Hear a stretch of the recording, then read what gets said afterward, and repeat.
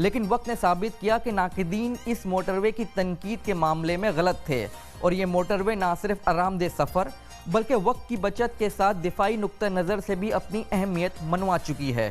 اسلام آباد لاہور موٹر وے بننے کے بعد دوسری موٹر ویز کی تکمیل کے لیے طویل انتظار کرنا پڑا، یعنی 10 سال بعد سال 2007 میں 155 کلومیٹر طویل پشاور اسلام آباد موٹر وے آپریشنل ہوئی۔ لیکن اس کے بعد حالیہ چند برسوں میں موٹر ویز کی تعمیر میں تیزی آئی اور اب ملک کے تقریباً تمام ہی گنجان آباد شہروں کے مابین موٹر ویز کا جال بچھایا جا چکا ہے اور جن کے درمیان نہیں ہیں ان پر کام جاری ہے۔ امید کی جا رہی ہے کہ سکھر ملتان موٹر وے کے افتتاح کے بعد اس ریجن میں ترقی کے ایک نئے دور کا آغاز ہوگا۔ بڑی شاندار خبر تھی جو ہم نے آپ سے شیئر کی، اس کے بعد ایک افسوسناک خبر ہے جس کی ذکر کرنا بہت ضروری ہے۔ عمران خان کے پاکستان میں جمعے کی شب جو ہوا وہ انتہائی افسوسناک ہے۔ تقریباً 75 سالہ ممتاز سینئر صحافی اور سابق وزیر اعظم نواز شریف کے خصوصی معاون عرفان صدیقی کو گرفتار کیا گیا، ہتھ کڑی لگا دی گئی اور الزام یہ تھا کہ انہوں نے رینٹ ایکٹ کی خلاف ورزی کی، کرایہ داروں کے قوانین کے حوالے سے کسی رول کو انہوں نے فالو نہیں کیا اور اس پر ان کو ہتھ کڑی لگ گئی۔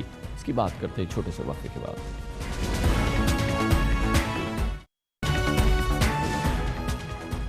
وزیر اعظم عمران خان کی حکومت میں پچھلے 1 سال کے دوران جو واقعات جنہوں نے منفی اثرات ان کی حکومت کے تاثر پر امیج پہ ڈالے ہوں، اس میں شاید سب سے سنگین واقعہ جمعے کی شب ہوا جب سابق وزیر اعظم نواز شریف کے مشیر اور پاکستان کے بہت ہی سینئر صحافی کالم نویس جناب عرفان صدیقی کو جمعے کی رات 11 بجے ان کے گھر سے گرفتار کر لیا گیا۔